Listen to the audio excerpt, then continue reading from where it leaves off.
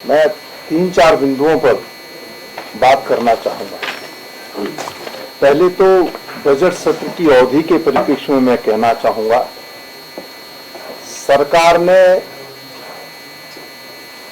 विधानसभा अध्यक्षा को जो बजट सत्र की अवधि के परिप्रेक्ष्य में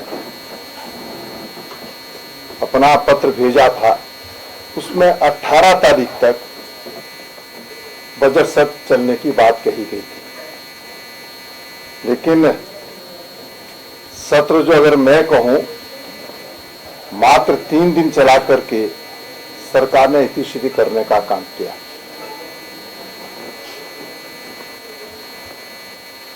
जिस घटना का उल्लेख अभी आदरणीय यशपाल आर्य जी ने किया, जो हमारा निलंबन था, आदेश चौहान जी की जो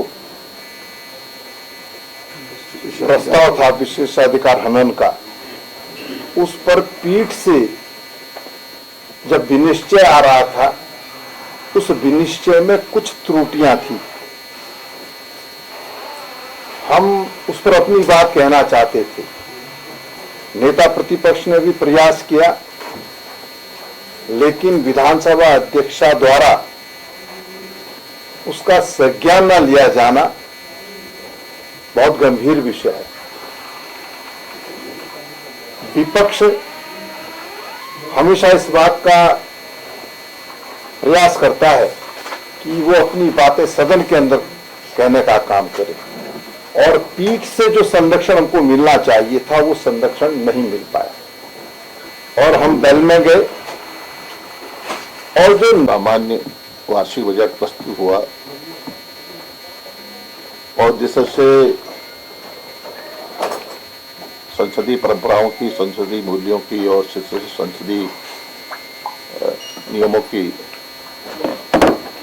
सरकार द्वारा अवहेलना की गई, अनदेखी गई, निश्चित रूप से बहुत ही दुर्भाग्यपूर्ण है प्रजातंत्र के लिए, लोकतंत्र के लिए।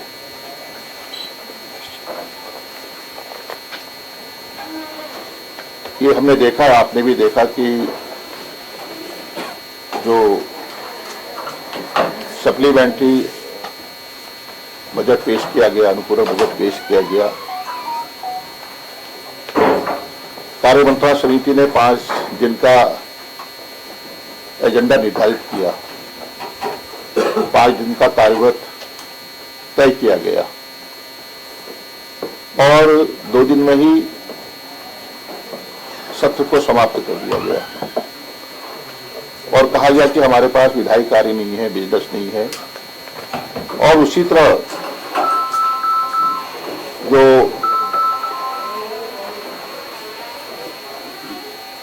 वार्षिक बजट पेश हुआ है सामान्य, उसमें भी यही देखने को मिला। कार्यमंत्रणा समिति की बैठक में 14 और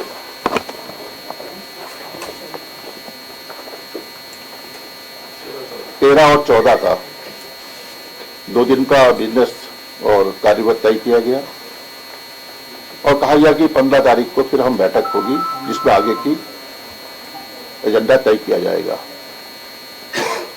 और जैसा कि आप जानते हैं और आदरणीय प्रीतम सिंह जी ने जिस तरह से सवाल उठाए, जिस तरह से हमारा निलंबन हुआ, ये आप भली भांति जानते हैं। वो प्रक्रिया, निलंबन की प्रक्रिया की बिल्कुल अनदेखी की गई और संसदीय इतिहास में मैं समझता हूं कि ऐसी घटना और इस तरह से अफरा तफरी में माननीय सदस्यों का निलंबन और जो हमारी कार्य संचालन नियमावली है, उसकी अनदेखी की गई, उन नियमों की लगातार अनदेखी की गई और हमें 15 तारीख को 14 तारीख को हमारा निलंबन कर दिया गया। और हमने सदन में भी इस बात को कहा और व्यक्तिगत रूप से भी कहा कि आपने जो एजेंडा हमारी निलंबन की अवधि में निर्धारित किया है और कार्यमंत्रणा समिति की बैठक में हम लोगों की अनुपस्थिति रही है, उस पर विचार किया जाए और इस कार्यवृत्ति को आगे तक 18 तक तय किया जाए, जिससे कि जो हमारे प्रदेश के महत्वपूर्ण विषय हैं, जन मुद्दे हैं, जो जनता से सीधे जुड़े हुए सवाल हैं, उसको हम सदन में अपने हमारे माननीय सदस्यगण हम मिलकर उठा सकें। लेकिन सरकार बचना चाहती है। सरकार नहीं चाहती है कि वो सवाल, वो मुद्दे जो आज के लिए बहुत ही ज्वलंत हैं, गंभीर हैं, बहुत संवेदनशील हैं, कि सत्ता पक्ष के खिलाफ हम अपनी आवाज को मुखर करें। यह भी आप जानते हैं कि सदन ही हम सब के लिए माननीय विधायकों का एक माध्यम है, मंच है। सदन के माध्यम से ही हम अपनी बात को सरकार तक पहुंचा सकते हैं। यह संसदीय परंपराओं के बिल्कुल खिलाफ है। स्पष्ट है, विधानसभा की कार्य संचालन नियमावली में साफ है कि उपवेशन 7 दिन का होना चाहिए। 7 दिन का होना चाहिए। ग्रीष्मकालीन, शीतकालीन और बजट 7 दिन का उपवेशन होना चाहिए, जहां पर छोटी असेंबली है। 100 से नीचे असेंबली जहां पर है, विधानसभाएं हैं, वहां पर 7 दिन का सदन सत्र चलना चाहिए। ये हमारे कार्य संचालन नियमावली में निर्धारित है। और जो बजट पेश हुआ है वो आपने देखा है, अनुपूरक बजट और वार्षिक बजट पिछले उन सप्लीमेंट्री और एनुअल बजट में जो धनराशि विभागों को विभागवार दी गई, डेवलपमेंट के लिए, स्थापना के लिए, विकास कार्यों के लिए जो भी दी गई, उसमें 40% राज्य सरकार खर्च कर पाए, विभाग खर्च कर पाए। इससे बड़ी शर्मनाक और इससे बड़ी बात कुछ हो ही नहीं सकती है कि सरकार कितनी असंवेदनशील है और जो अधिकारी हैं, विभागाध्यक्ष हैं,